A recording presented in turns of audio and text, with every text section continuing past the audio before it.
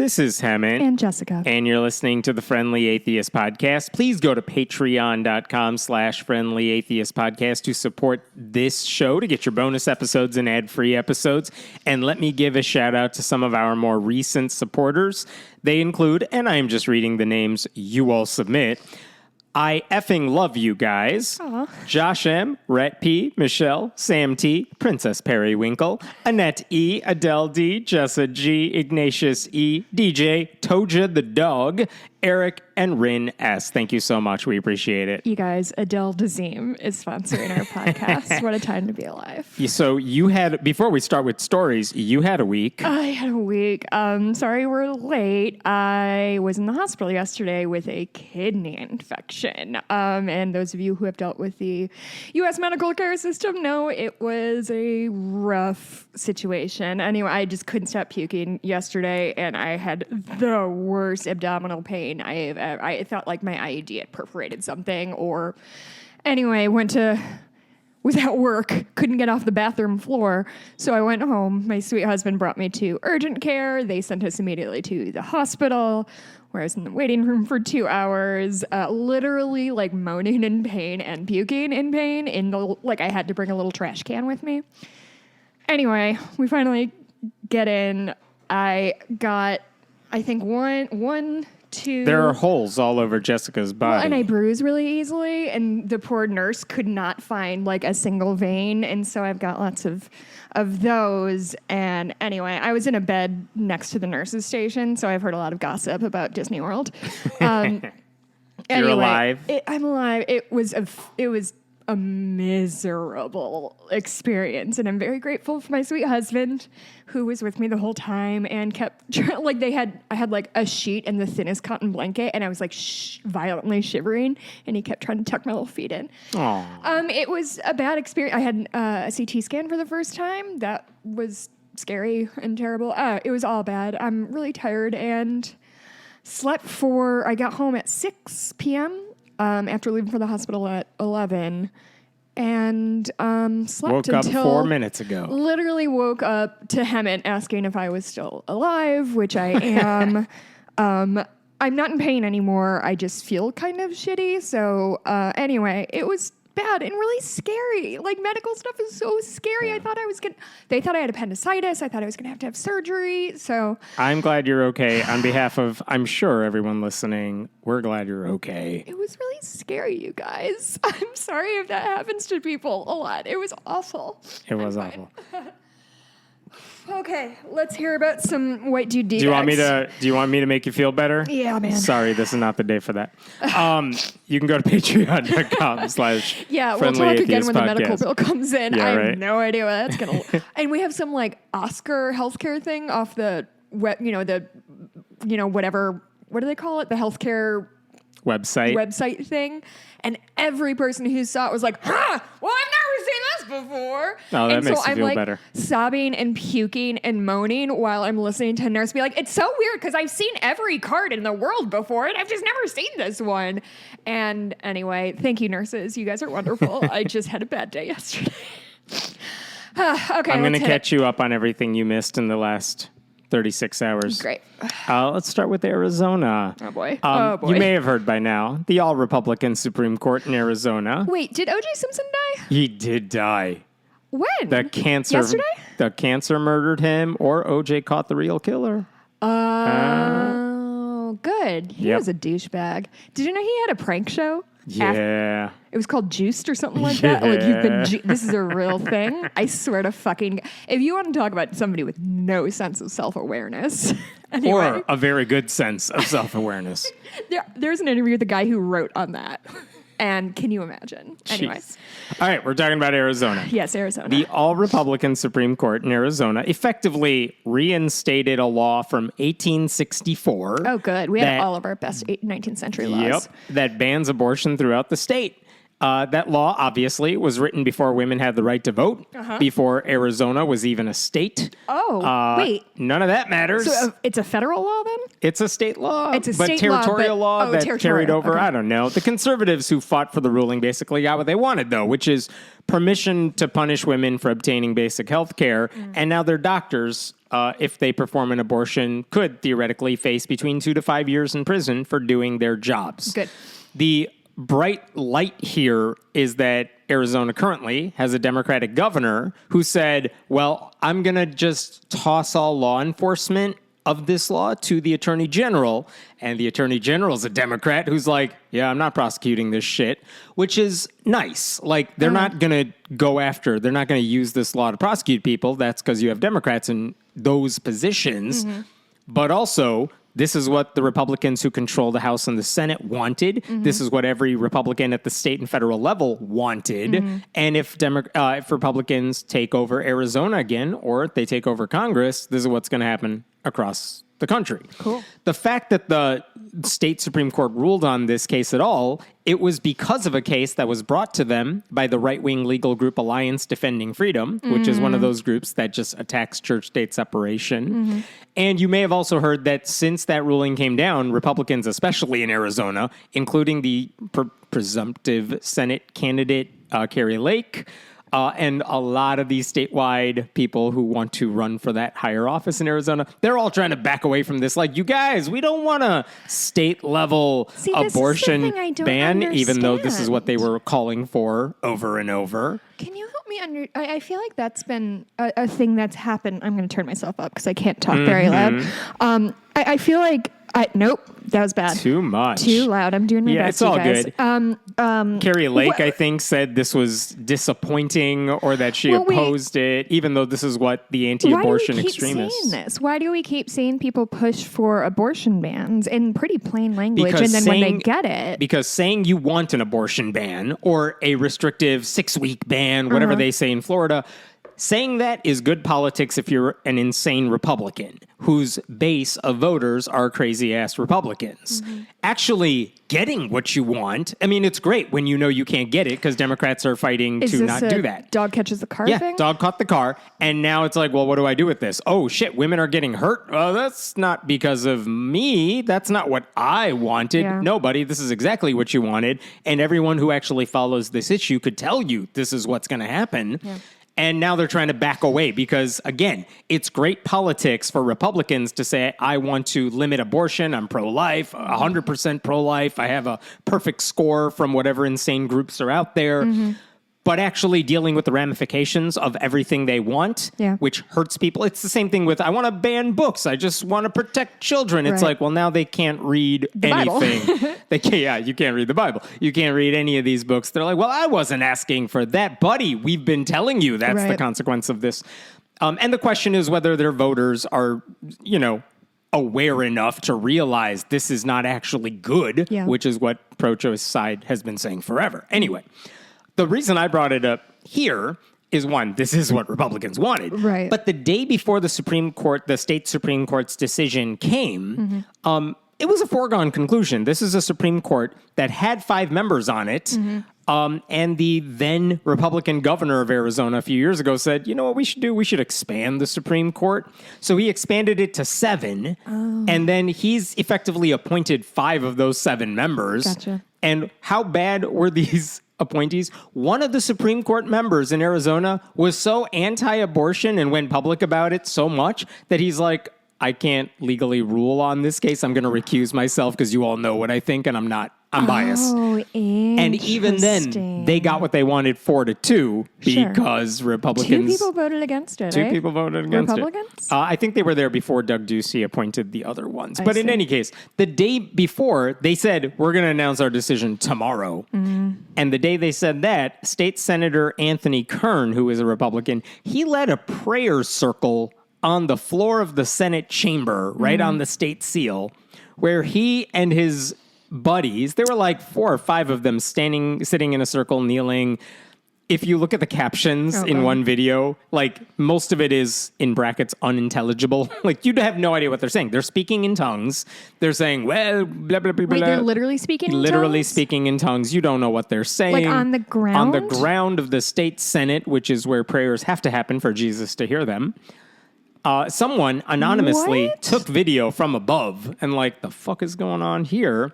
And shared it with some people online. So this is how we know this happened. Most of it's undecipherable Christian gibberish, but you can hear Kern saying, "Let it be so, Father God. Lord, right now we ask thee to release the presence of the Lord in the Senate chamber." Which, first of all, it's not taking place in the Senate chamber. It's at the Supreme Court. That's a different building, buddy. Yeah, You're and if you also- don't give God the right coordinates, he's going to be fucked. It's like Minecraft. Yeah. It's not like he was quoting Matthew chapter 6 with the part where they're like, don't pray in public because that's weird. Yeah, it is weird. For what it's worth, praying on the floor of the Senate chamber, is that a violation of church-state separation legally? Probably just not. off-putting. It is off-putting. I don't like it. I don't think that should be okay. There were people who were like, who saw that video. They're like, the fuck is going on here? Like, this is the problem. You have people who care more about what they think the Bible says than what the state constitution says, what the national constitution says. One of the people who... hold on. I just want to take a little step back and just really dial in on the fact that men, mostly men, Oh, they were mostly men. who are running a state, a pretty populous state, if I know off the top of my head, and are laying on the floor speaking gibberish in order to make the decisions for the people with uteruses in their state. And everyone's like, yeah, I guess. Yeah, I mean, it's Christian gibberish, so that's good. You may have heard in the days after the ruling came out, Democrats were like, all right, well, you all say you don't like it. Well, let's pass a law to override the 1864 one that's now in effect so we can legalize abortion again. And Republicans, not only did they say, yeah, we're not going to vote for that, we're not going to pass a bill to undo the decision, they decided not to bring the bill to a vote. And then they voted to go home for the day so they don't have to vote on it. Like, they don't want... They want to go to the media and say, like, yeah, we oppose what the state Supreme Court did. It's awful. It's very disappointing. It's not what we would have done. And But we're not gonna do anything But about we're not it. going to actually fix it. No, of course not, because we like it. The only person one of the few people, Republicans, who actually said, no, they're totally right, was Anthony Kern, who said the court's decision was, quote, the right one, and I support that decision. The interesting thing, there were a few people who obviously commented on the prayer, talking about how this is totally inappropriate, off-putting. And what did Anthony Kern, the leader of the prayer circle, say? Well, you He just said, hate Christians. looks like our prayer team stirred up some God haters. Not to worry, though. Prayer over our state at the state Senate is way more powerful. Like, first of all, the prayer did not have an effect on the ruling. That's just Republicans jamming the didn't courts. they do it after the ruling, too? They did it after the decision was written, but before it was announced. Like, you did not get in and make edits. That's not how linear time works. Yeah. The prayers did not stir up God haters. It stirred up people who think the government ought to be run by sensible people who care about constituents instead of lunatics who want to burn the Constitution and replace it with the KJV Bible. Kern, the problem is not that Kern is a Christian. It's that he's a Christian nationalist and he wants to put his vision of the Bible into law. That's the problem here. Yes. Incidentally, Kern should know about broken political systems that lead to all this stuff because he was one of Arizona's fake electors in 2020. What does that mean? He's one of the people who's like, yeah, I'll sign a document that says Trump won our state, even though he didn't win the state. Oh, the big He's currently lie. under investigation for that. Oh, interesting. He also is the sort of politician who thinks he can fix education by putting a copy of the Ten Commandments in every school. That bill, by the way, which he sponsored, has now passed through the House and the Senate, controlled by Republicans. It's in front of Governor Katie Hobbs, who's a Democrat. She has not done anything with it yet. I would assume she's not going to sign it. But again, this is the idea of what Republicans think will help. It won't. But a clear takeaway is that if Republicans did have total control of the state's government, they would easily pass a ban like this on their own. They would not need the state Supreme Court's help. And obviously we know that because when they had the chance to reverse the damage, they just walked out. No, of course they won't. They don't want necessarily blood on their hands, but they're also not going to do anything to stop something. Depends whose blood.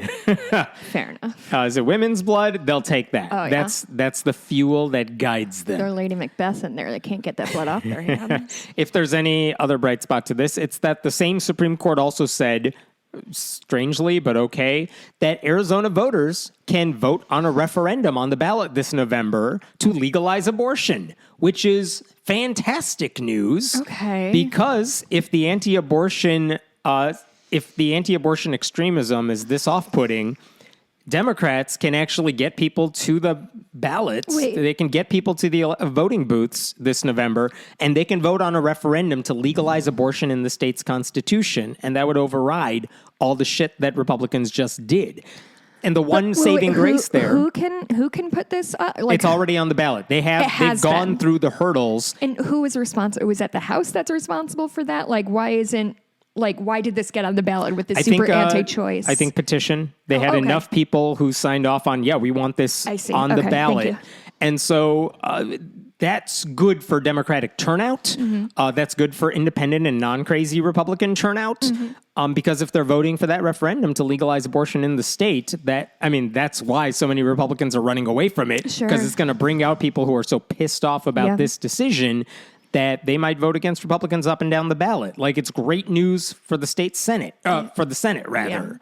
Yeah. It's great news for anyone who's on the ballot. Maybe Democrats can actually flip the House and the Senate in Arizona. We'll see. One side note to all this, I saw an interesting article from our friend Kate Cohen, who's an atheist who writes a lot of columns for the Washington Post. And one thing she wrote about in the wake of all this is that the Arizona Supreme Court's decision is a reminder that sometimes those archaic laws that were written 100, maybe 200 years ago, that sit on, they sit in the state's constitution or something, or they sit in the law books, and you think, it's old, it doesn't count, it doesn't matter anymore. Sometimes they can be resurrected. It's like those zombie laws. You know, the Balrog, it will fuck you up, but you have to disturb it first. If you go digging for these shitty old laws, you're going to find a Balrog, and then that's going to fuck up Gandalf. There you go. You have to destroy it for good. Yes. And one of the things she pointed out is there are several states with laws on the books, as listeners of this show know, that ban atheists from holding public office. 7 states. And the thing is, as you all also know, none of them can be enforced because a 1961 Supreme Court decision nullified all of them. But those laws are still on the books. And if that Supreme Court decision were ever reversed, which, I can't imagine the U.S. Supreme Court reversing precedent, but if they did that, those states, those laws could theoretically come back. So usually the thinking is, okay, it's not a high priority because it's unenforceable. Right. But if you don't get rid of it, this is what happens in Arizona. Old, ancient abortion laws written before women had any sort of power, they could come back and hurt us. What do you think the... this is what Kate Cohen wrote, which I think is interesting. And last thing I think I want to say on this, zombie lore is unclear on what can actually kill the undead. Sometimes it's sonic waves or a blood transfusion. Sometimes it's a bullet to the brain. Sometimes it has to be voters rising up out of fear for their rights. I liked my Balrog comparison much better, actually. Would there be a way? So I think the problem with these sort of old laws is that nobody's really willing to spend their political capital on them, which makes sense. Do you know, and I know you're not a political expert, if they did a constitutional convention or something that, is that the only way they could kind of address these... Zombie laws? Zombie laws in one fell swoop? Or is it just nobody's going to spend their capital on it? To do a constitutional convention of the sort, let's rewrite our constitution. You should do those pretty, not infrequently. The problem with that is, what are y'all going to agree on at this point that would have enough support to become a new constitution? Because we can't agree on anything anymore. Yeah, that's And the true. other thing is, it's a lot easier politically, whether it's a state or nationally, to get rid of certain lines rather than a one fell swoop sort of thing. Gotcha. And that's the thing. Do you really want to go on record on even things that seem innocuous? But usually if you want to change the Constitution, there are so many hurdles to overcome. Sure. That's of all the things to spend my time on, maybe the thing that's not being enforced. But we say it's innocuous, and yet here we are. And so again, Democrats tried to do that regarding the abortion laws, and Republicans shut them down. Because again, they like it when women suffer. That's what's guiding their party. Yeah. Okay, let's talk about autism. Oh, no. Because there's a Christian school in Florida, Trinity Christian Academy. And last you said this week, was going to be an easy day with me. You know that I literally work with autistic people as a living. Well, earlier this month, April 2nd to April 5th, this school, Trinity Christian, they had posters on their website saying, hey, it's 2024 Autism Awareness and Acceptance Week. And granted, this is a Christian school, but I'm looking at the poster of what they put up there. Like on Tuesday, it's World Autism Awareness Day. Show your support and wear blue from head to toe. Cute. Second day, Wednesday. What's your passion? One characteristic of autism is to show incredible focus and passion when interested in a topic. Dress up to show something you love. I love Cute. that. By the way, a lot of public schools do this too.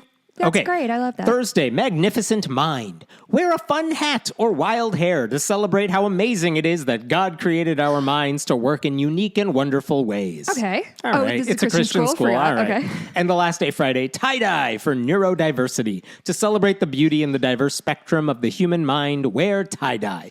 Fine, whatever. I love that. That's all very They had sweet. a Bible quote at the bottom of that poster, but whatever. That was what they were planning to do. Yeah, that's great. And all well and good. Again, if you take away the biblical references, I would expect to see that at a lot of public schools too.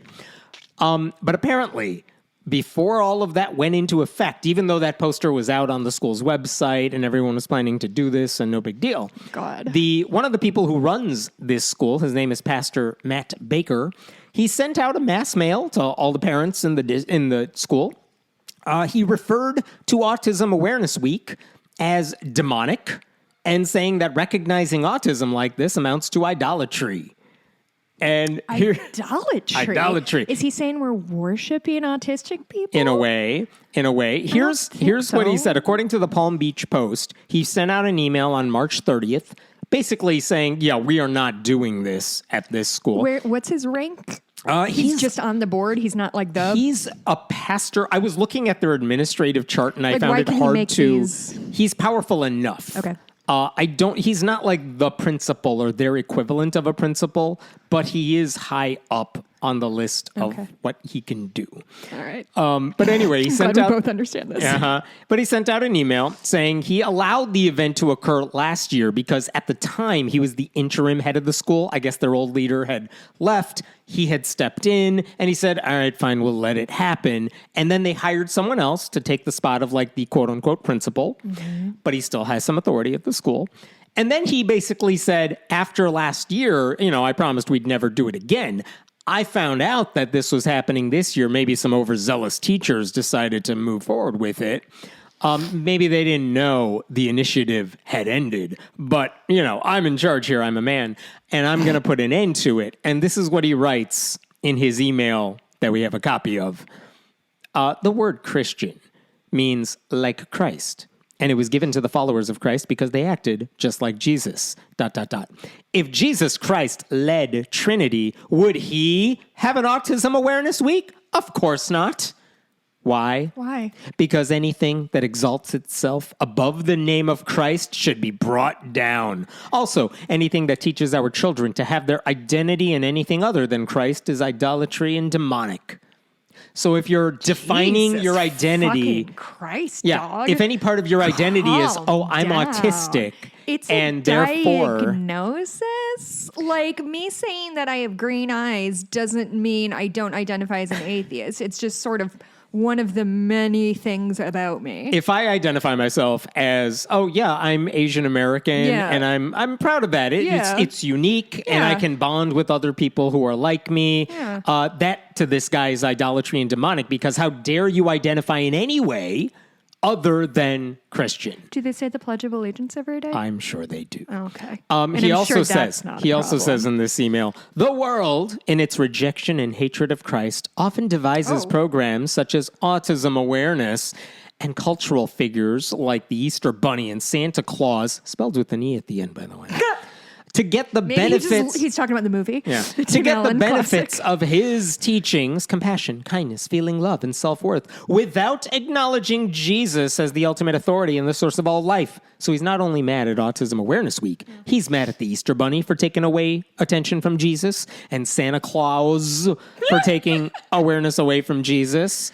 But basically, his logic is that Jesus would definitely exclude children who are neurodiverse. And that recognizing that in any way, and let's be clear, what is Autism Awareness Week about? It's not really about the people who have autism. It's about everyone else. Like, hey, you should recognize this is a thing. Together. Yeah, like there's nothing weird about them. Don't make fun of them. Let us just celebrate what makes them unique so that you are aware of it. And that it's not a weird thing. You don't make fun of them. You treat them with respect. They're your classmates. Like, let's dispel any myths. Let's overcome ignorance. And this guy says that's anti-Christian. We're literally just trying to get children from like pointing and laughing at people in public. Which, by the way, is a like thing kids and dumb adults do. Girl, I know it. I have seen it. Like, these fucking people. What, like, to what end? Yeah. Sir? He also pointed out that the school canceled its Easter egg hunt this year for the same reasons. I have to assume Christmas Did you say sucks. Palm Springs?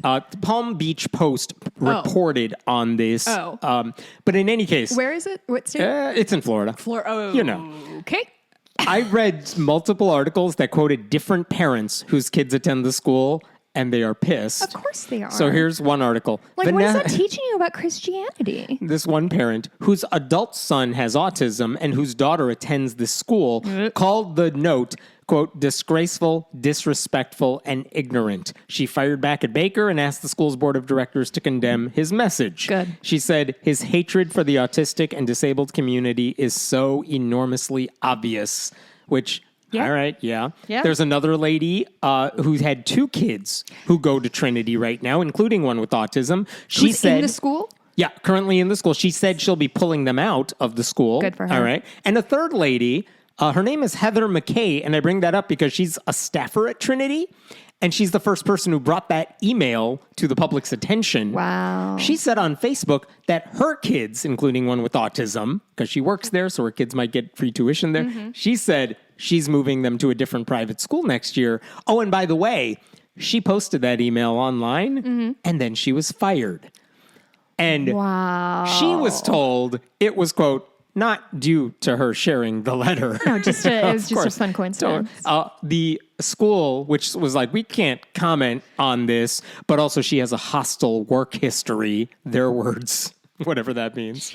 Well, honestly, if you work with a guy like Matt Baker, how could you not be hostile? Oh my God, she's lucky to get fired because she got a severance package, right? As opposed to if she quit. So she's a low-level staffer. I'm not sure she's getting much of anything. Yeah. When reporters reached out to Matt Baker for comment, he didn't back down. He insisted that recognizing autism through this initiative, which, by the way, what's the initiative? Wear tie-dye shirts to celebrate neurodiversity. Be nice to people who are a little bit different than you. He said that was diametrically opposed to the teachings of Christ. Then he blamed his critics for misunderstanding his message, even though critics, myself included, are literally quoting him verbatim. What does he think his message is? Well, let's see. Here's an email he sent to one of the newspapers. You know, my email recently clarified for our community that the teachings of Christ are more than sufficient for ministering to all our precious children, and that there were moral aspects of this initiative that were diametrically opposed to the teachings of Christ. He goes on to say, the support in the school community for my emailed message has been overwhelmingly positive, though there appears to be some vocal offense taken based on a misunderstanding of that message. You see, the problem is you for reading what he wrote and interpreting it accurately. The older I get, and the more I work with young people, the less I can tolerate people not admitting their mistakes. It makes me feel like I am losing my entire mind of like, and I know I talked in the bonus podcast, but there's a movie called the American Society of Magical Negroes that I saw recently, which was just so outstanding. And there's a whole thing, one of the main conflicts is one person trying to get another person to be like, you just said this. And he's like, no, I didn't. Why would I say that? That would make me racist, and I'm not racist, so I didn't say that. And it's that, and they did such a good job of like drawing a circle around it that it's kind of drawn more attention to these people who are just so spineless that they can't even back up their own message. Like, as soon as somebody just like gently pushes back, they turn to dust. It's so embarrassing that people do not have the dignity and the self-respect to say things and then back them up. It's embarrassing. what Matt Baker did, this idea that recognizing and celebrating someone's identity, which, again, this is not even a knock on like white guys. Well, but people who are not in the like majority demographics in any way, shape, or form, like when you are mocked or ostracized because of your identity, which is something that happens to people of color, people with any sort of disability, people who are not in a majority, then identifying that and saying, you know what, there's nothing wrong with me because I am blank. And you know what? The more people are aware of that, then it makes it better. Like, that's what they were doing at this school, recognizing and celebrating someone's identity. Not because that's the only thing that defines you, but because that's a thing that can hurt you through the eyes of other people. Exactly and right. so making kids aware of that is so important now more than ever. And it's especially critical we teach kids from a young age that there's nothing weird about differences. Yeah. It's especially important to teach kids how to accept other people. And like awareness is not a buzzword. It's literally telling kids, let us help you understand your classmates. Well, and I think also, and this is part of a little talk I give at my barn when we have outside groups, and I don't think people realize how recent it is that the ADA, the Americans with Disability Act, came to fruition. It was fucking 1990. So curb cuts, things like that were not legal. We're not like legally mandatory. Thank you, until 1990. And those things, as we can tell, help. It doesn't just help people in wheelchairs. It helps people with strollers or shopping carts or just like who have trouble with steps. It's such a recent thing that has happened that I can think back to my junior high experience. I finished 8th grade in 2000. And I can think off the top of my head of 2 kids who now clearly had autism, but were just treated like the weird kid in school and were bullied and were made fun of. And like, they needed that. They deserved that. Like,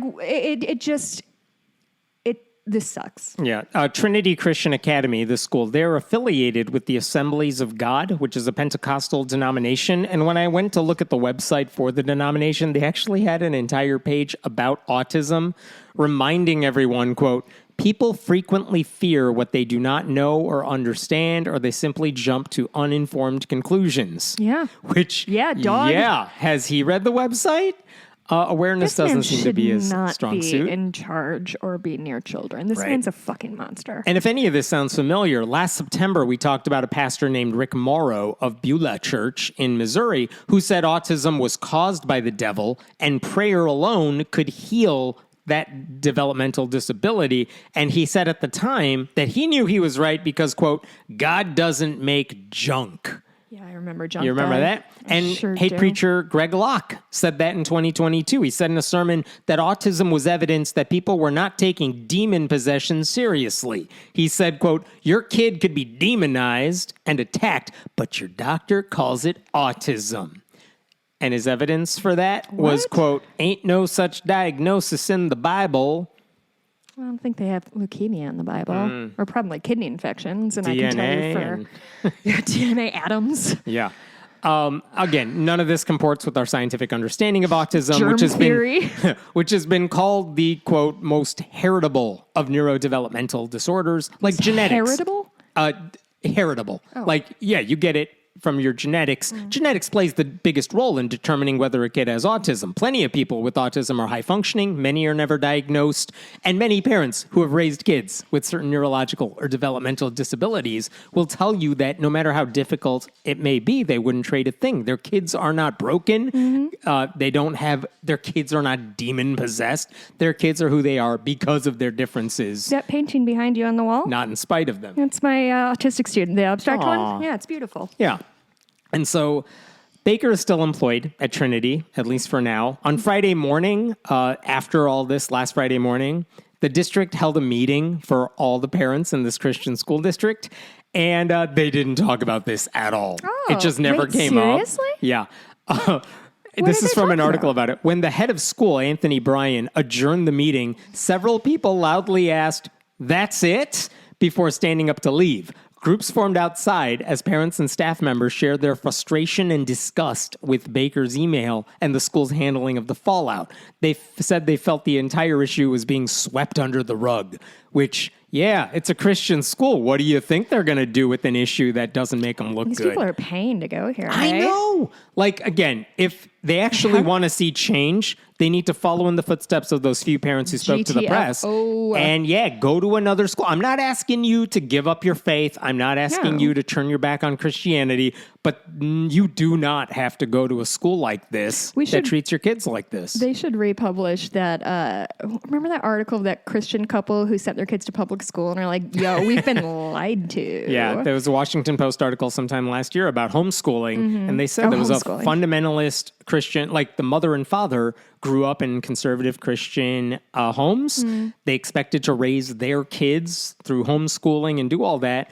But for whatever reason, I can't remember the details, they moved to a place, maybe in Virginia, and they were like, we hear good things about the school district. Maybe we'll send our oldest one there. Yeah, see how it goes. And like, she's having the time of her life, joining clubs. And they're like, it's actually nice and good. And they take care of her. And if she has any issues, they deal with that. Like, yeah, I wish more people would read that. Like, schools aren't perfect, far from it, but they're not, It could be better. Yeah. This is some good news here. I have a good news story. This is interesting. About the Vatican? No, Vatican's bad news. That's next. Oh. So there is a guy, I was not familiar with this guy. His name is Richard Hayes. He is apparently considered one of the most famous New Testament scholars in the world. In 2000, Christianity Today, the evangelical magazine, they named his book, Moral Vision of the New Testament, one of their books of the century.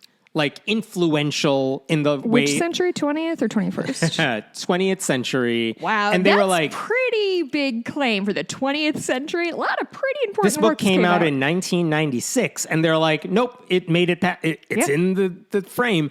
So on top of books like Mere Christianity by C.S. Lewis, which a lot of Christians take seriously, they're like, no, this is one that you're going to remember forever.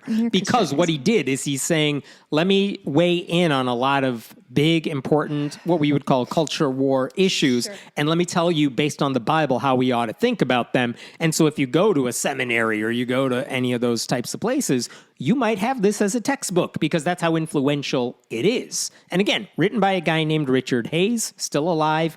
He talks about all these hot button issues.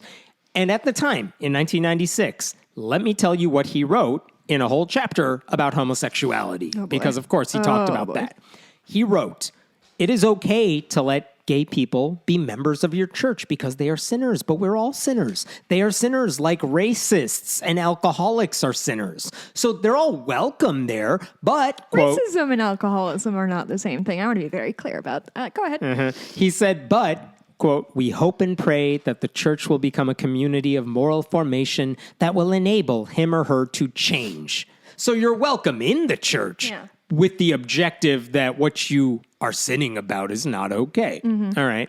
He said same-sex activity was unacceptable for gay people. This is the Catholic Church's stance, too. You can be gay, you just can't act on it. Yeah. He said sexual gratification is not a sacred right, and celibacy is not a fate worse than death.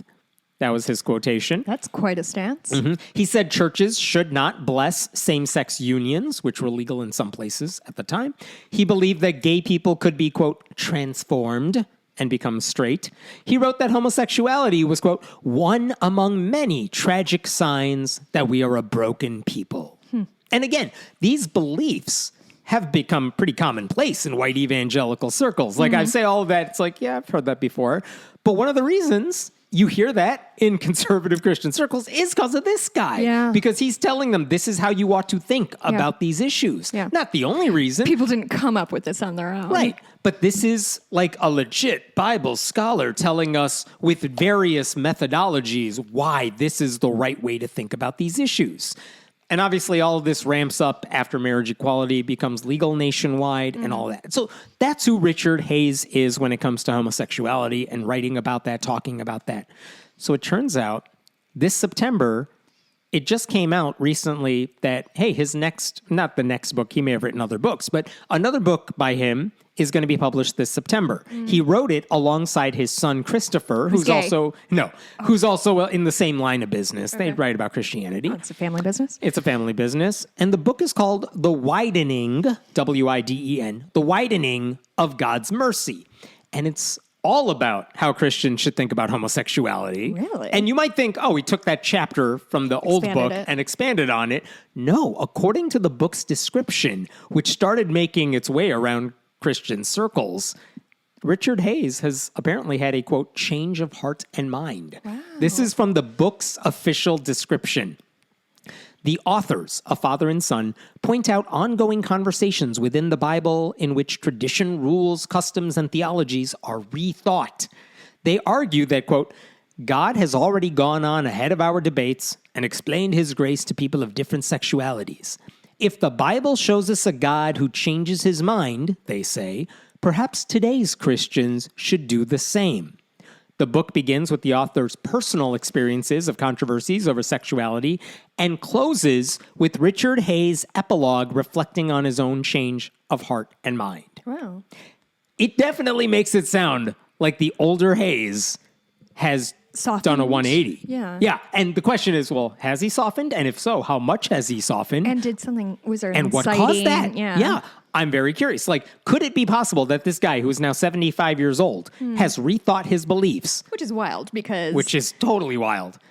Even as tens of millions of conservative Christians cling to their anti-LGBTQ bigotry. What changed his mind? What positions has he changed his mind about? How the hell can God change his mind? Maybe he's one of the few boomers who doesn't have lead poisoning, and so his wasn't eating the Lunchables? Yeah, his brain is still slightly plastic. If God's mercy widens to include gay people, including, I assume, ones in same-sex relationships who are not celibate, why not to other so-called sinners, I would like to know? Like, does any of this expanded grace, does that apply to trans people? Yeah. And again, I don't want to get ahead of ourselves. I have not seen the text of the book. The only people I can think of who have read the text of the book are like the two Christians who like put a blurb for the book, so maybe they got an advanced copy. I have not seen anyone say, I read a copy of the book and this is what he says. They're all basing this off of the blurb publisher's description. But the fact that this guy appears to be shifting his mind about gay people somehow is still a pretty big deal. I mean, it suggests that other Christians in the same boat could possibly do the same, because if one of the most revered biblical scholars changed his mind on homosexuality, maybe there's hope that non-denominational megachurch pastors who have this massive influence could follow his lead. Or they could just proclaim that Richard Hayes is a heretic now and shouldn't be taken seriously anymore. That could also happen. That is probably what will happen. Interesting. But let's say that is what's happened here. Let's say he changed his mind. I think there are two questions worth thinking about, again, months before this book is published. First, if he did change his mind in significant ways, I want to know, is he going to take responsibility for all the harm he caused by perpetuating bigotry in the name of Jesus? No, I think he will think that his change of heart speaks for that. Maybe. Like, remember Josh Harris, the purity culture guy, the, I kiss dating goodbye guy, when that guy renounced his older books, even he admitted, I know it's too little and too late, but he acknowledged that his older ideas, written when he was like 4 years old, were both wrong and consequential. Sure. He didn't really offer repentance on how he ruined so many lives, but like, if you don't do that, what's the point of saying God is totally fine with gay people now? Yeah. I think I want to know if he's actually going to take some accountability, some responsibility about this. And he should, but at the same time, if he doesn't, I would rather this. You know, this is a more welcome thing than digging your heels in. Sure. And the second thing is, I kind of want to know how he's going to explain away how he got the subject so wrong until now. I mean, like, he was citing the Bible after all. In theory and by the nature of his profession, very few people know the New Testament better than this guy does. He studied it his entire life. And if someone like him screws up something so important in our culture, I want to know what he thinks that says about pastors and preachers who confidently declare their black and white thinking on pretty much every culture war issue we face today. Well, here's why you're not going to get an explanation for that. It's one word: slavery. Do you think... Go on. Do you think people in the 19th century weren't using the Bible like quotes directly from the Bible to justify slavery? Of course they were. And when slavery ended, do you think they were like, oh my God, we read the Bible wrong. We did so bad. No. There was a period here. We missed it, you guys. Yeah, no. like that's not going to happen. And if they're not going to apologize for enslaving an entire race, then I doubt they're going to be too worried that they think they hurt somebody's fifis. Right. And obviously, there are Christians who are against slavery. There are Christians who are against homosexuality, and they cite the Bible too. But this is the predominant text. But this is the predominant view in conservative Christian circles that this guy is now changing his mind about. Like, it's hard to know how big of a change this offers from what he wrote in 1996. But again, one person blurbing the book, who presumably read the whole thing, says Hayes renounces what he wrote back then. Wow. And I want to read this correctly. Clearly and boldly embraces LGBT plus inclusion. And the mention of the letter T there, I found very interesting. Oh, yeah. I don't know if they just drop that one. So I don't know what that means. Was that just something you wrote out of like reflex, or did he actually rethink that? Because I also want to know if he changed his mind about gay people. What about all the other subjects he wrote about? Abortion, for example. That was a chapter in his book. Well, that's pretty interesting, isn't it? Yeah, like it seems like a safe prediction on my end that any defense of LGBTQ people will just be dismissed, and Christian bigots will just continue their path of arrogant exclusion. Right. One scholar might be able to change his mind, but like the MAGA preachers always double down on their worst ideas. So I don't know what effect it'll have, but I'll be curious to see what happens as this book gets closer to publication date. That's very interesting. Yeah. All right, let's talk about the Vatican. So I don't know if you realize this. The Catholic Church released a document this week called Infinite Dignity. It was a massive, like one of those releases they don't do very often, but this is one of those, hey, this is our position on a lot of things, and we're putting out the update on our software. What kind of dignity?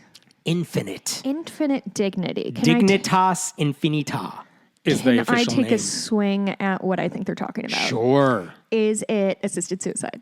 I think that was mentioned. Yeah? Yes. Right. Yes. That's the only thing I can think of, like dignity. They want to give death with dignity. We want to give dignity to No, you are wrong. They do talk about euthanasia and death with dignity and ending your life because you're suffering. Yeah. And of course, they double down on every position they hold. That's what this document is saying. Basically, that's what they're doing? The reason they put out this document is they're like, I don't think people have the right idea about where the Catholic Church stands on stuff. So we, the minions of the Catholic Church, wrote up this paper. We gave it to Pope Francis, and he signed off on it. So this is what the Catholic Church now, this is our position on all the things. For infinity. For infinity. Yeah. And basically what they are saying is there are certain things that are grave violations of human dignity, and we got to oppose that because we're the church. Like, the document suggests everyone has dignity. Well, no. But when they say everyone, they do not consider gay people or women people. And the whole document, like, they say everyone has dignity, and then they list the exceptions to that rule. God's love is unconditional, and then this document's like, now here are the conditions. Right. All from an organized crime syndicate best known for harboring predators and covering up sexual abuse. Fuck the Catholic Church. So apparently, this is 5 years in the making. The document basically says they haven't learned anything about why people are walking away from organized religion or why they think Catholicism is a problem rather than a solution. Mm-hmm. This document, you may recall in recent weeks, because we have talked about it in the past few months, the Catholic Church has said priests may bless same-sex couples if they want to. I remember this. That's okay now. They said trans people could be baptized, which was a new thing too. And it's a reminder, at the time when we talked about those things, we're like... They're not Anabaptists. They get baptized as children. They can't really decide if they're trans until they're... They could be, but if they become Catholic and stuff, they're like, well, if they want to get baptized, we'll allow it. Okay. But the thing is... A lot of people come into Catholicism late in life. Listen, if you're trans and your mind is aware and you decide to go in the Catholic Church...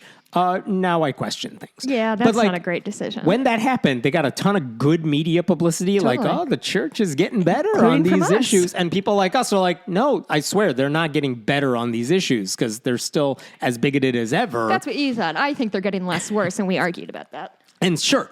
And now this document is like, let us clarify where we stand on all this, okay? This is what the church really believes. And the document does have some bright spots. It condemns war and torture and the death penalty, which the Catholic Church has always opposed, and minus the Crusades. And they urge people to help the poor and people with disabilities, and that's all well and good.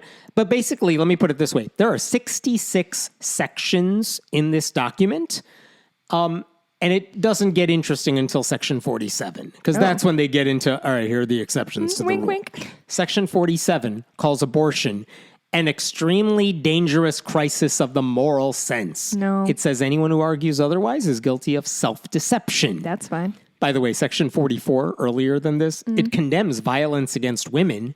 And then we get to section 47, where they're like, yeah, but if a woman Except is for forced this. to give birth to a rapist's babies, That's fine with that's me. totally fine. That's not violence against women. Come on. So that's section 47. Sections 48, 49, and 50 go against surrogacy. Oh, good. I was really worried that they were going to use their capital on something stupid, but here we are. Which, of course, allows infertile couples and same-sex couples, among others, to have children. And it calls for the international community to prohibit this practice universally.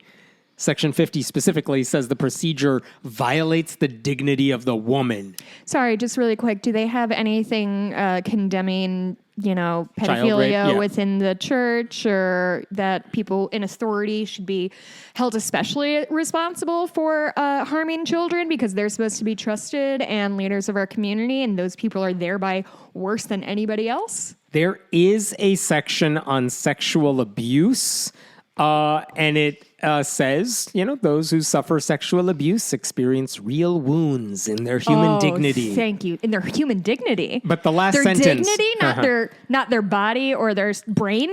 Hey, let me Their tell dignity. you. Let me tell you the last sentence of this. I'm wearing my passage. pajamas. I am I know. undignified, just like a victim of rape. Section 43, last sentence. From this stems the church's ceaseless efforts to put an end to all kinds of abuse, starting from within. Oh, go fuck yourself. That's the right answer. So, that's what they say about sexual abuse. But going back, so they just opposed surrogacy. That's 48, 49, and 50. so brave. 51 and 52. Also, how are they keeping this lit? Oh, it's like the Bible. Just every line is a new Yeah. verse. Sections 51 and 52, they reject euthanasia and assisted suicide, as if forcing people who are suffering incurable diseases and living in constant pain, you have to force them to remain alive against their will. Gang, I was in constant pain for like 12 hours yesterday. I get it. It was, I'm joking, but I'm not. Yeah. Yeah, And if that's pain what is you're doing no all the fucking time. joke.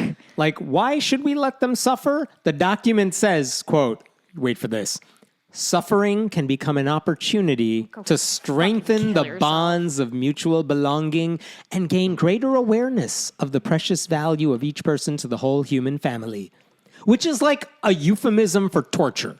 Do you feel that pain? Well, feeling is what God gave you. Did you see the latest Fast and Furious movie? I haven't seen any of them. They saved the Vatican from a giant boulder at why? the beginning.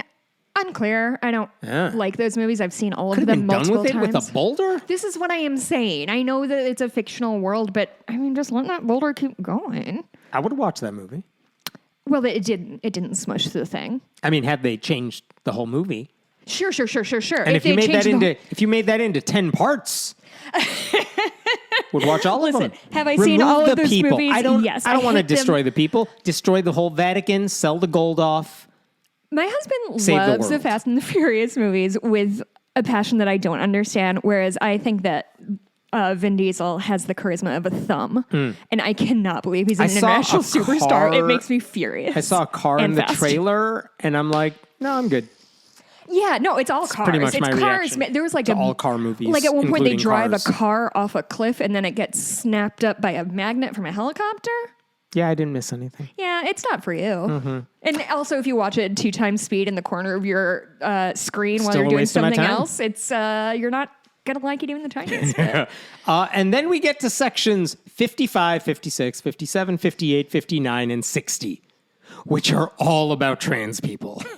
Oh, they left some real estate there Yeah. for them, and I'm sure it's like, hey, we've been idiots. People should live the life that makes them feel fulfilled. They could have said section 55, transgender people. Sorry. Boo. We screwed up. Nope. They spend all 6 sections. They never use the T word. Never. What do they say?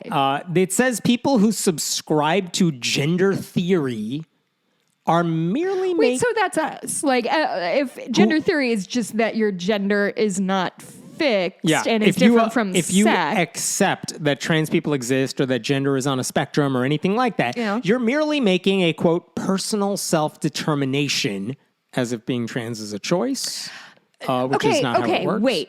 Yes. A personal so, like, the fact that I picked my career, that was a personal determination. When it comes to gender, you're not allowed, they said, to make a personal self-determination, which, again, if you talk to trans people, like, they did not flip a switch one day and said, nope, I'm the other one now. Not at all how it works. I don't like this. And then they said that sexual difference is the, quote, greatest possible difference that exists between living beings. Which is not true. What does that mean? They said we have to preserve sexual differences. That's the biggest the difference. Sex binary is the most important thing in the world. And anyone who says otherwise is in... is that really under threat? No. Anyone who subscribes to that is in denial of any sort... I mean, if you accept the Catholic Church's position here, you're in denial of any sort of gender spectrum. You also... the Catholic Church says that gender-affirming operations risk threatening a person's unique dignity. If you get a gender-affirming surgery, you are threatening your unique dignity, which I would argue not only is that not true, that's absolutely backwards. It's backwards, and also, again, like, being dignified isn't kind of my main goal in life. I in fact, would argue I'm rarely dignified. By the way, by that logic, if you're like, well, I'm fixing something about my body so it better matches who I am, by that logic, the Catholic Church would say, well, don't get an appendectomy, don't get LASIK, just accept what God gave you. Oh, no, I got LASIK, Hammett. You heathen. I wonder what they think about, like, how dare you violate God's perfect design by altering... plastic surgery writ large. Like, there's no way none of those guys haven't gotten, like, a facelift or a tummy tuck or something, right? Like, gotta look good in the mass. You gotta look good in mass. And those robes only do you so many favors, my dude. Can't cover up everything. By the way, it's this whole document, it's what you would expect from a group of elderly men who have never had sex. And by the way, I got a correction when I wrote that. Someone's like, heterosexual sex. Thank you. Yes, correct. Much less do these people understand any nuance about sex and gender, but they pretend to be experts anyway. They have no moral authority. The only reason they've been held accountable at all for any of this shit is because of forces outside the church. Yeah. If anything, this document only reinforces what the church has always said, because none of it has changed over the years, despite all these annoying pro-Pope Francis headlines suggesting he's moving the church in a more progressive direction. How old is Francis now? I will check for you. I'm just curious. I'm very, very... So Pope Francis has been in since 2012. 87. He's 87? Okay, so he's reaching the end of his rope. He could be U.S. president. Sorry. What do you think is the next move? Like, okay. Death. This is your job for life, right? No. When he dies is what I'm saying. Like, what is the Catholic Church? Are they going to try to keep moving forward? Or are they going to...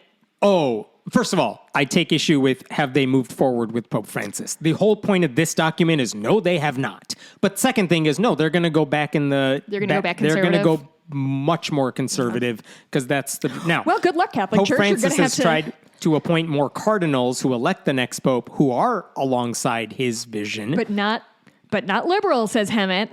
But none of them are liberal. The question is, what are they going to do? Odds are they're going to go more conservative. But also they are conservative. So like, they're so conservative and genuine. I'm very... They're not going to elect the Mitt Romney of the Republican Party is what I'm saying. That's fair. Like, he's bad. He's not as bad as everyone else, I guess. Am I stupid or... Yes. Am I stupid and... Are they not seeing the way the wind is blowing? Like, it just seems so clear to me that the galvanizing of these conservative churches, political things, they're being galvanized because the population is reducing and they're getting more intense. This is... there's no end game here. Like, you're building a house of cards because you're not like all of the shit is at the top and nobody below you is supporting it. Not nobody, but certainly not a supermajority that's going to maintain this, even as more of those old conservative people die and young people are like, conservatism fucking blows. I mean, the interesting thing, Pew Research Center just put out a survey today where they say 4 in 10 U.S. Catholics say Pope Francis is a major change for the church, and I assume they think that's a good thing. Mm-hmm. Even though in the U.S., and I want to specify that, in the U.S., 83% of U.S. Catholics want the church to allow the use of contraception. But the Vatican does not. 75% of U.S. Catholics say the church should allow Catholics to take communion even if they're unmarried and like cohabitating, which is against church rules. Is it? 69% say priests should be allowed to get married. 64% say women should be allowed to become priests. 54% say the Catholic Church should recognize gay and lesbian couples, the marriages of gay and lesbian couples. This is what I'm saying. They're not even like... U.S. Catholics are much more liberal than the Catholic Church, but this is the problem. That's in the U.S., and the people who elect the next pope are by and large not from the U.S. Which is what I'm saying. They're going to keep doubling down on this conservatism while, not that U.S. is the largest Catholic population in the world, but certainly an influential one. And but not when it comes to the Catholic Church globally. Not influential. Oh, fair enough. Not at all. I guess. And so this they don't have eyes on the U.S. and thinking, shit, we're losing. That's correct. They do not care about the fact that in the U.S. people are walking away from organized religion. That includes a ton of U.S. Catholics. And they don't think that's a problem for them? No, because they think doubling down on what they really believe in, which is what this document is all about, is better for their long-term impact. Because the reason they think people are upset with the church is it's getting squishy on things based on things Pope Francis may say. Yeah. But again, he signed off on this. This is his work now. And it's not helping. Yikes. So anyway, that's where they're at. That's where the Catholic Church is at. Fun. Let me go to Wisconsin because this was a fascinating thing they just did. There is a school district in Wisconsin, the Cedar Grove Belgium School District. It's in Sheboygan County, Wisconsin. I know where Sheboygan County is. And basically, they hired an outside firm to hire their next superintendent. Like this is typical. A lot of school districts do this. They will pay a firm and say, we're looking for a new superintendent. You do all the work and present us with your candidates, and we will select the best candidate from that bunch. There's nothing weird about that. When this firm posted the ad saying, hey, we're a school district law firm. We hire superintendents. There is a school district in Wisconsin looking for a new superintendent. Here's the job description. Mm-hmm. That included like a 16-page, let us tell you what this job entails. Yeah. Not the job of a superintendent, but let us tell you about this school district. Uh-huh. And they said, we conducted focus groups with students and staff and all that stuff and the community members. This is what they're looking for. This is what they want a new superintendent to bring to the district and all that. All of that's typical. What was listed in there, and this was news broken by Wisconsin Public Radio, is that, for example, they said, what are the desired characteristics of the next superintendent as identified by the school board? And this is key because they had a bunch of these charts saying, what does the community want in a new superintendent? What do the students want in a new superintendent?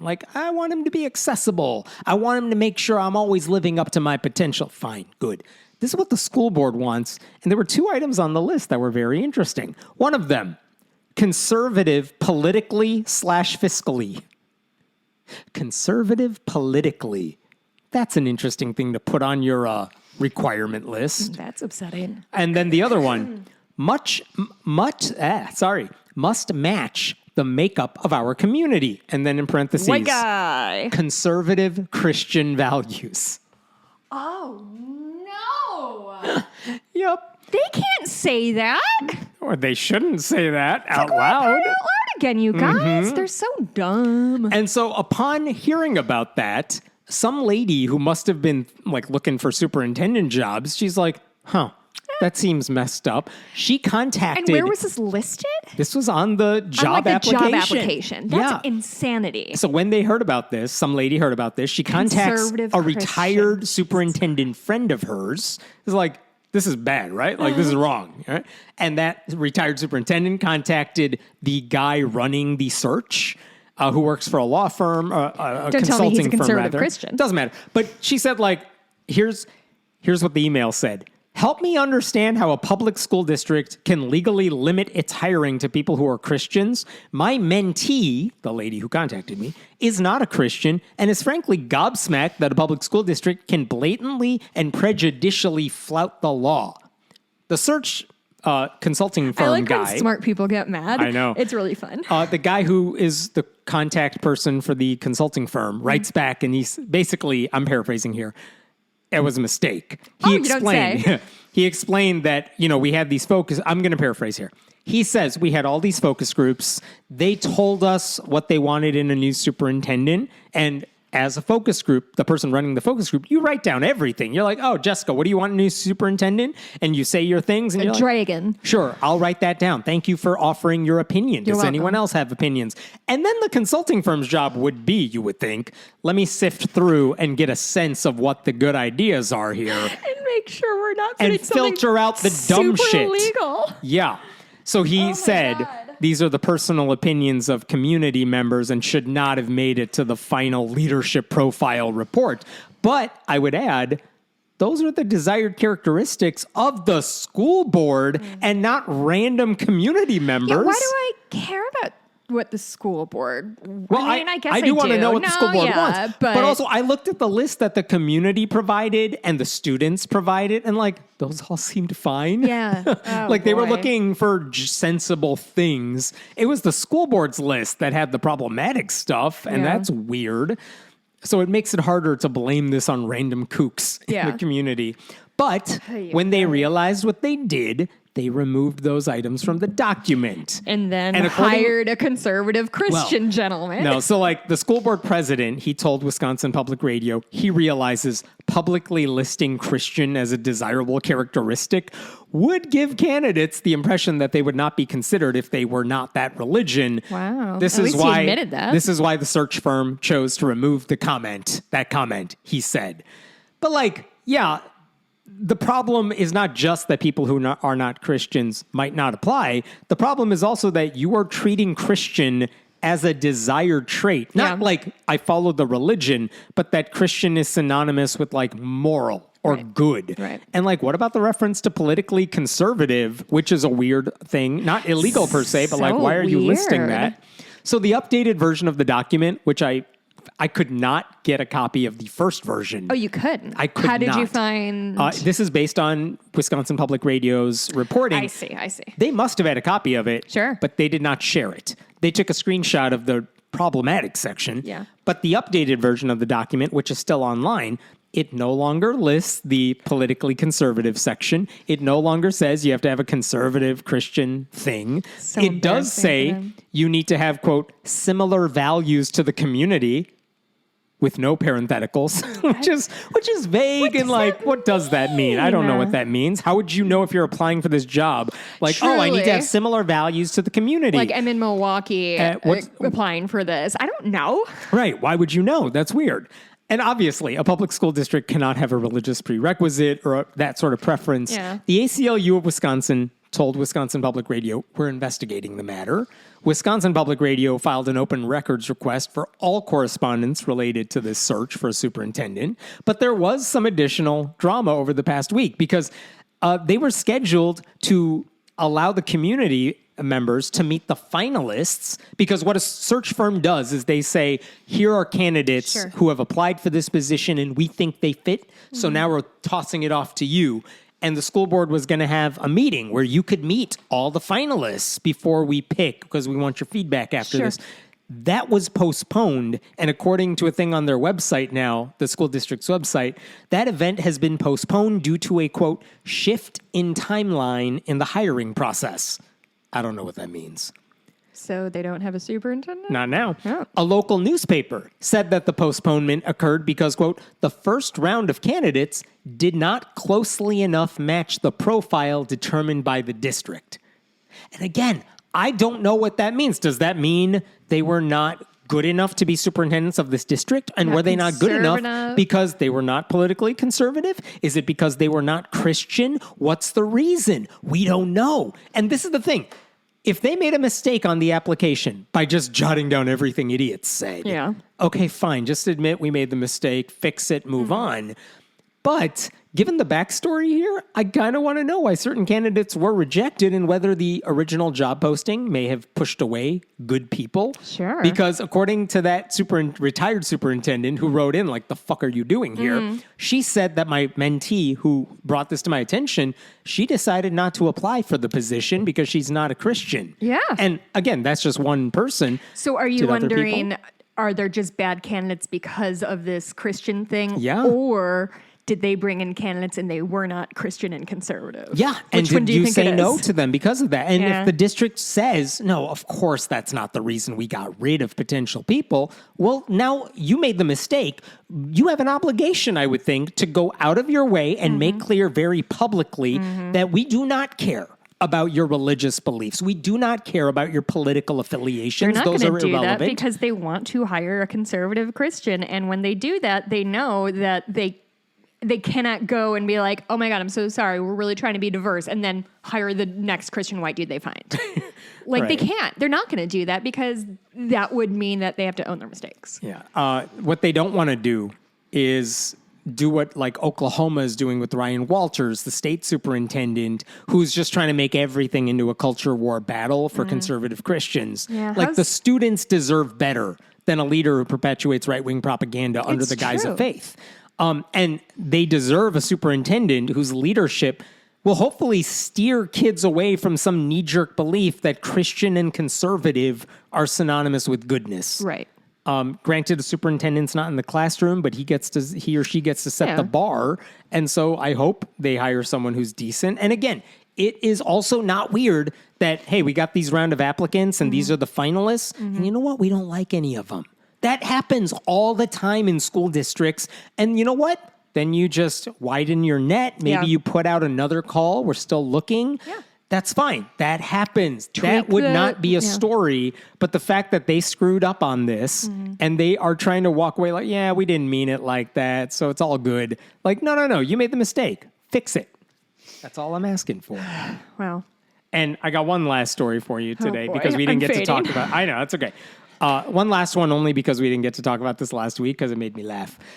There's a young woman. Her name is Taylor Trice. She made headlines in conservative media outlets because she posted a TikTok telling a story of what happened when she was employed at a Starbucks in North Carolina. She said she was fired because of her Christianity. Guess what actually happened? Tell me. She posted this TikTok, by the way. She has since taken it down. Of course. Probably because she was getting just slammed for the stupid shit she said.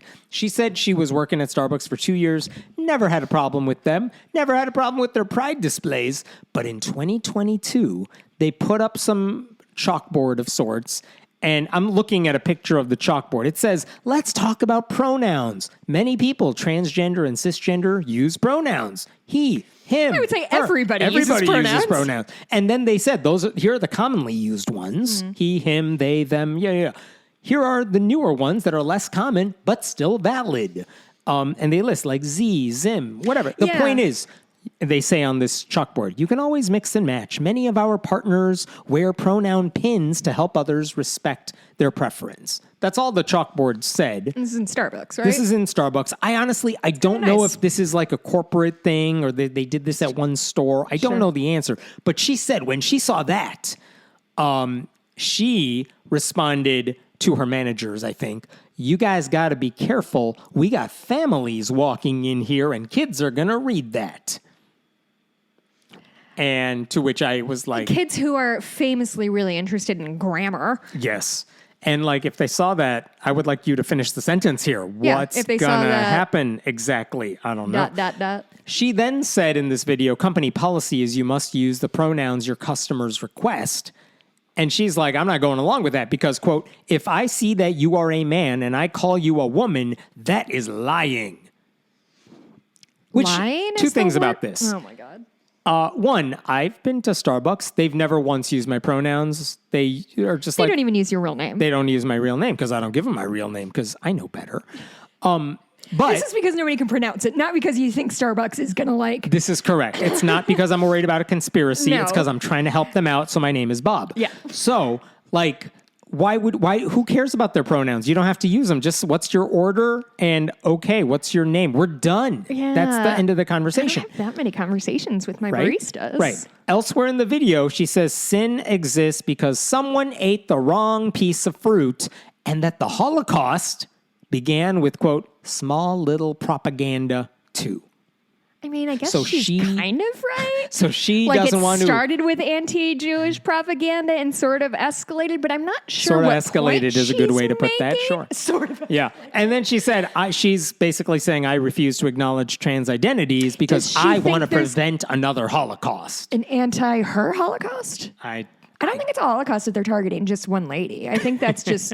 murder. The thing is, like, because it's Starbucks, they're like, we're not going to tell you why we fired this woman. Also, I really liked the accent you did for her. I was trying to avoid an accent for her. No, you did it, though.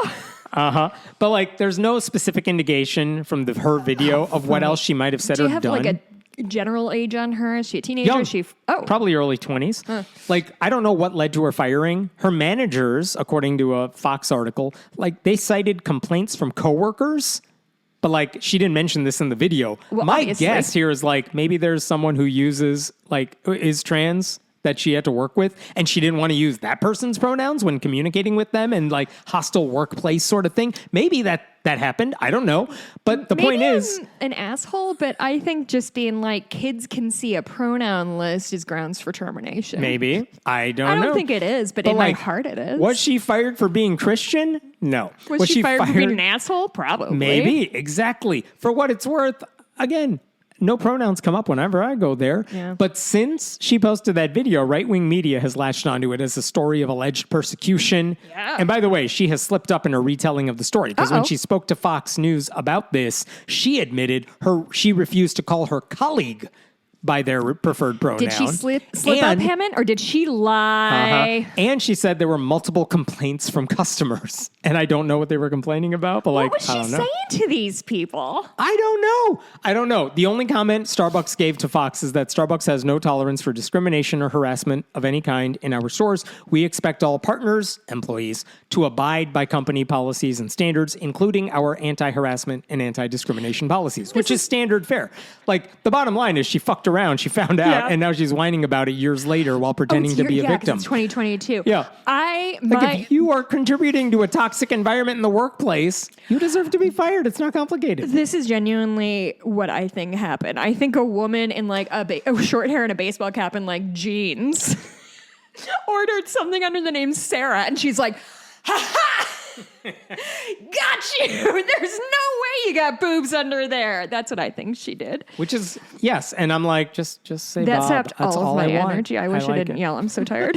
By the way, before she deleted that TikTok, I was looking at the comment thread under it. How'd it go? And one person said, so would this be a lawsuit? Is religion not protected in the workplace? To which she says, yeah, my friend said it could, but I was trying to be nice. That's not which is what a you're weird doing. thing I was to trying say. to be nice. That's yeah. nothing. I didn't sue them for religious discrimination because I wanted to be nice. And I hate so I waited a year and a half before I just told my story. You know, I hate to accuse people of things, but she's so afraid of being called a liar, and I hate to say it, but it sounds like she's lied an absolute metric fuck ton to get her story straight. So maybe she wasn't worried about lying. Maybe she's just a transphobic idiot. By the way, she said, I don't want to serve or work with people who are sinners. You're all sinners. That's literally your fucking religion. She did not say, I am not going to serve people who are divorced or gluttons or had an abortion. She doesn't care about sinners. She's a transphobe who thinks she gets to decide your gender at a glance. And if your pronoun doesn't match her first impression, she gets to disrespect you. This reminds me of that woman who was singing on the plane and then said it was anti-Christian because they asked her to stop. Like, just because you're a Christian doesn't mean you just get to do whatever the fuck you want. And truly, this is like... when, especially back in like the early days of COVID, I remember talking about like, this is the fuck around and find out. We let churches do whatever the fuck they want all the time. And now COVID is spreading all over the place because now they can't be reined in. Like, this is what it all feels like of just like the Christian conservatives are teaching their people, if you are Christian and something makes you angry, then that is Christian persecution. Mm-hmm. Everything is Christian persecution if it happens to a Christian. You get to do anything you want to do because that's your right as a Christian. Like, No, dog, it isn't. That's not how it works. Yep. And also, even if it was, why would you want to use your special privileges to be a dick? I mean, that's the benefit. I don't like being a dick. Like, Christian. I know I am a lot, but it's not something that makes me feel good. I feel good when but I you like don't go help to church. people. If you go or to church, you would include learn people. that being an asshole is like the biggest perk of being a conservative Christian. I hate it. There you go. Okay. And with that, what do you want to talk about in the bonus? Jesus Christ. I don't know. I will tell you about my death-defying Oh, yeah. Tell me about your experience. hike. Mikey and I watched a document. Oh, you know what I do want to talk about? We watched a documentary about Tony Alamo. Do you know who that is? He was a crazy Christian person and was jailed for pedophilia. Sorry, you're going to have to narrow it down. I mean, fair enough. So there's a documentary with him we're going to talk about. Did I do anything this week? Oh, you know what? You went to the hospital. to the hospital. I went to a lecture at College DuPage about thoroughbreds, so that was kind of neat. I probably don't have much to say about it, but Okay. I was desperately trying to think of anything that's happened Excellent. to me. You can support this show by going to patreon.com/friendlyatheistpodcast and leave a review on iTunes, and we'll see you next week. Bye.